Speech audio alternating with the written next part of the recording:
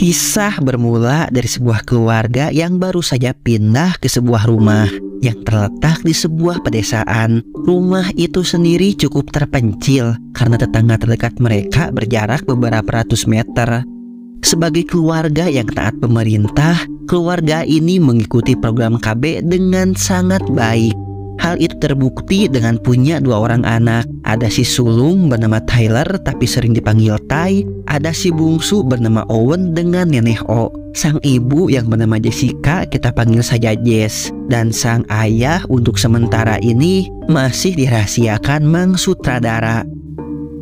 Layaknya keluarga bule konvensional pada umumnya, mereka memiliki asuh peliharaan bernama Pipin. Sementara kakaknya sibuk membereskan barang-barang, si bungsu justru asik bermain.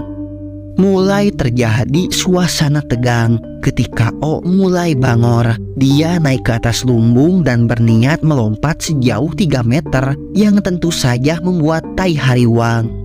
Right now, get down. Stop it, Owen. I'm gonna jump. Owen? Yeah! Owen! Datanglah Jess dengan rasa khawatirnya. Terlihat sekali jika dia adalah seorang ibu yang sangat menyayangi anak-anaknya. I told you to look out for him. I was. I'm sorry.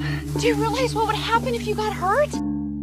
Ketika berniat kembali ke rumah, terlihat si asuh Pipin yang melihat ke arah hutan, seolah-olah melihat sesuatu.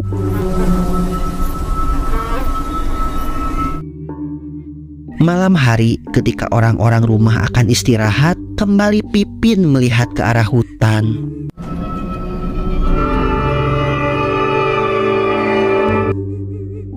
Di pagi hari, Jess membawa anak-anaknya kepada sang ayah yang bernama Patrick. Ternyata Jess dan Patrick telah lama bercerai. Hi. Hey. So you gonna pick him up after dinner, huh? Yes, thanks for covering for me.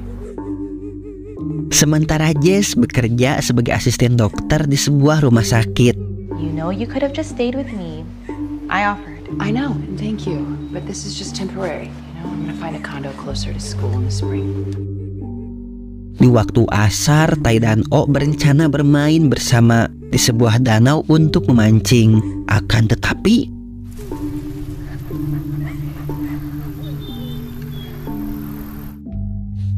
entah apa yang terjadi, danau itu sudah mengering. Terdapat beberapa bangkai hewan dan sebuah pohon kering tepat di tengah danau. This is it. I guess. Secara tiba-tiba, si Pipin berlari menuju pohon. Tai dan O berusaha mengejarnya. Langkah mereka terhenti karena emel yang ada di sekitar pohon. Come on, pivot. Tyler, pull. I'm stuck. Get him out. Setibanya di rumah, layaknya emak-emak pada umumnya, Jess memarahi kedua anaknya karena pulang dalam keadaan kotor. Okay, so off with your clothes, hose down, and don't come in the house until you're clean and dry. Di suatu pagi ketika mereka sedang sarapan, Jess meminta maaf kepada 2 anaknya karena beberapa waktu ke belakang dia tidak bisa menjadi ibu yang sempurna. Dia tidak memberikan kasih sayang dan perhatian secara baik. Itu dikarenakan Jess sempat mengalami depresi sehingga dia sering mengkonsumsi obat-obatan yang membuatnya tidak begitu memperdulikan anak-anaknya. Tapi semua itu telah berubah. Jess saat ini telah berusaha sebaik mungkin untuk menjadi ibu yang baik. I love you both so much. But you and me more, right? How did you know? Di tengah suasana yang sangat hangat, tiba-tiba Pipin terus menggonggong ke arah hutan. Saat Jess buka pintu untuk melihat keadaan, tanpa aba-aba, si Pipin langsung berlari menuju arah hutan.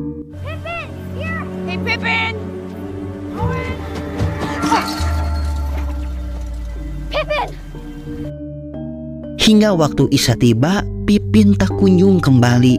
Owen yang sangat menyayangi Pipin menyalahkan sang ibu atas hilangnya Pipin. Why didn't you stop him?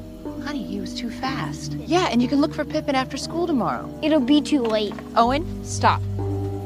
Inside now. You don't care about Pippin because Dad got him for us. That's why. Esok harinya, Jess bertemu dengan Patrick untuk membahas hak asuh anak. Pengadilan sendiri sebenarnya telah menetapkan bahwa Tai dan O harus bersama Jess yang merupakan ibu kandungnya, mengingat usia Tai dan O yang masih belia. Namun Patrick tidak menerima keputusan Jess yang hanya memberi jatah 4 hari dalam sebulan yang hanya berlaku di akhir pekan. Patrick merasa jika dia lebih memahami dan lebih dekat dengan anak-anaknya. 4 days a month? 4? Look, I was there for this family when you couldn't take care of them, Jess, let alone yourself. And now you just want to end that for me? Do anything! You didn't have to do a damn thing! You did not lift a finger! Ketika Jess pulang, Owen tak berada di rumah. Menurut keterangan Tai, O berusaha mencari Pippin. Tai sudah berusaha mencegah O, tapi semua ucapan Tai tak mampu menghentikan O. Sebagai seorang ibu, jelas Jess sangat khawatir terhadap O. Jess mencoba mencari O, tapi setelah bertemu dengan O, si bocil justru menganggap Jess tak peduli terhadap Pippin dan hanya memperdulikan diri Jess sendiri. Now I know why Dad left you. All you ever think about is yourself. God damn it, that is not true. Get in the fucking car! O tak tahu jika sebenarnya Jess juga berusaha mencari Pippin. Dan di malam hari secara mengejutkan, Pippin kembali ke rumah. Tapi Pippin kembali dalam keadaan yang berbeda. Pippin terus mengeram, matanya kuning menyala. Pippin seakan tak mengenali O. Kemudian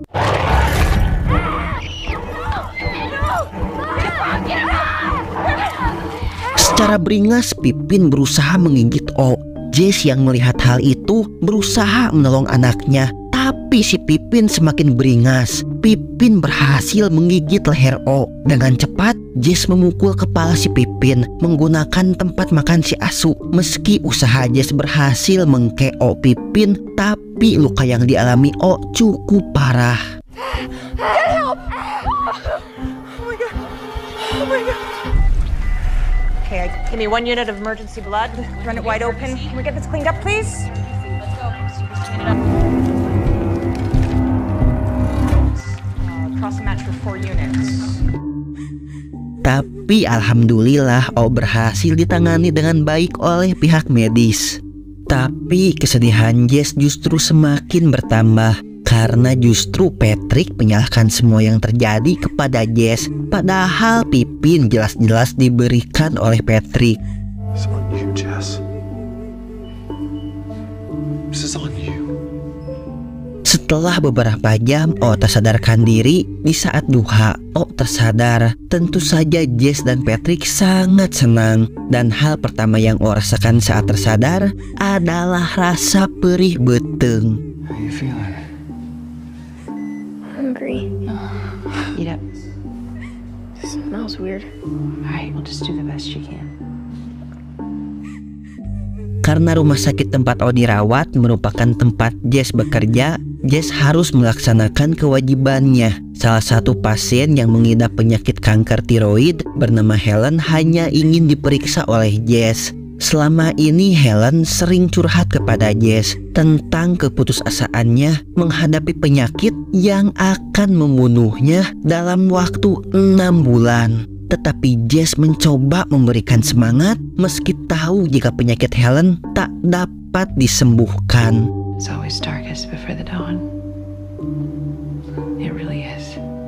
Look, I know what it's like to feel hopeless. I've been there. Tiba-tiba ada panggilan darurat yang berasal dari kamar O. Ternyata Something to clean them up.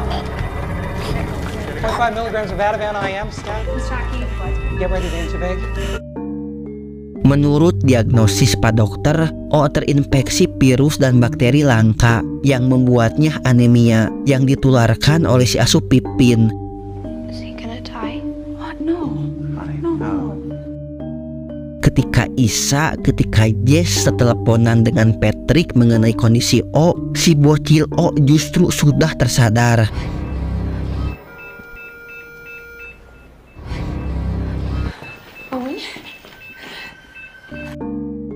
Dengan asiknya, si bocil mengenyot kantong darah yang diinfuskan ke dalam tubuhnya, layaknya mengenyot kantong pop es. Tentu saja Jess terkejut atas kelakuan O. Jess semakin terkejut ketika mengetahui darah yang diminum O membuatnya jadi lebih baik. What are you doing? What's going on? How much propofol is he getting? 3 milligrams an hour. His breathing seems better. Akan tetapi di malam selanjutnya O kembali kambuh. Seakan tahu apa yang terjadi, Jess mencuri kantong darah dan sudah bisa ditebak Jess memberikannya kepada O. Sama seperti sebelumnya, setelah meminum darah, kondisi O kembali membaik. Karena kredibilitas yang dimiliki oleh Jess, pihak rumah sakit mengabulkan permintaan Jess untuk rawat jalan di rumah. Tak lupa dia juga mencuri beberapa kantong darah untuk perbekalan O. Jess berusaha meyakinkan O dan dirinya sendiri bahwa kondisi O saat ini hanya sementara dan akan segera sembuh. We can't tell anybody about this, all right? Not your dad, not even Ty, okay? If anybody found out, they'd take you away. Maybe forever. Do you know what that means? Okay, it's temporary, all right? It's gonna stop. What if it doesn't? It will, okay? I just gotta keep you healthy until I figure out how to beat this, okay? Di suatu pagi, Owen yang kalap menghabiskan semua perbekalan yang dia punya. Oh my God. What are you doing? This is barely enough for tomorrow. Sorry. Hal ini membuat Jess terpaksa kembali ke rumah sakit untuk mencuri. Sialnya, pihak rumah sakit telah mengetahui pencurian kantong darah dan menerapkan protokol baru, tapi ada untungnya juga. Jess belum dicurigai sebagai pencuri. How's Owen doing? Yeah, much better. Oh, good. Sebagai ibu yang sangat menyayangi anaknya, Jess tak putus asa. Dia berusaha mencari alternatif untuk memenuhi kebutuhan O. Berbekal beberapa kelinci yang dia beli dari toko hewan, Jess memberikan darah untuk O.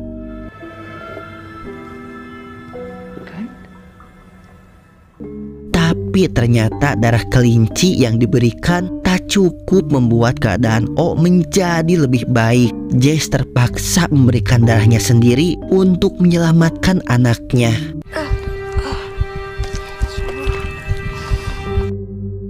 Saat Patrick menjemput anak-anaknya sesuai dengan jadwal yang disepakati, Jess memberikan bekal spesial kepada O. Dan saat mengantar kepergian anak-anaknya,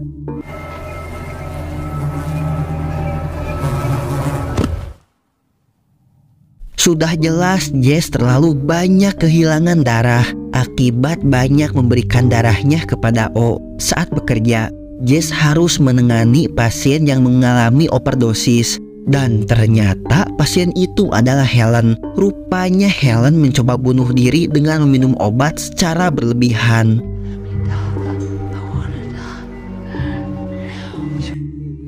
Jess yang putus asa menganggap perkataan Helen sebagai sebuah harapan. Dia berpikir Helen sudah tak punya semangat untuk hidup. Maka bukan sebuah masalah jika Jess mengambil darah dari tubuh Helen. Tapi upaya Jess tak berhasil dalam percobaan pertama.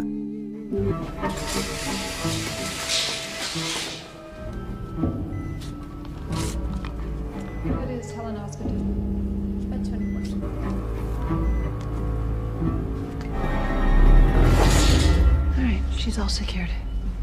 Thank you. Semakin hari, keadaan Jess semakin memburuk. Jess hampir saja membakar rumah. Mom, there's a fire! Mom!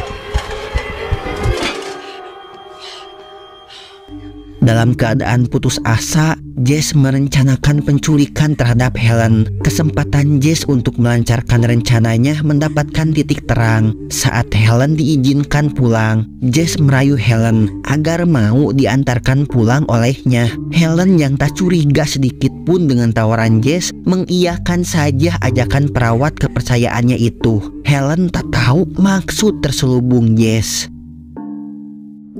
It's always darkest before the dawn. You said that to me, didn't you? Mm-hmm.